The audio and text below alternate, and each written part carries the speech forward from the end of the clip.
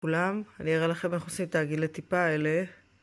יש לי פה את 3 הפליירים, יש לי פה שרשרת של אבני חן, 4 חרוזי כסף, 2 טיפות, 2 סופיות, 2 עגילים, וכמובן החוט דייג, חוט כסף מצופה פלסטיק.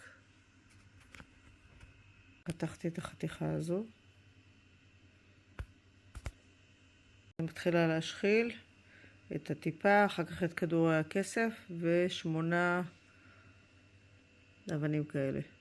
זה המצב כרגע. התחלתי 8 בצד אחד, אני עוברת לצד השני. זה המצב, 8 חרוזים מכל צד.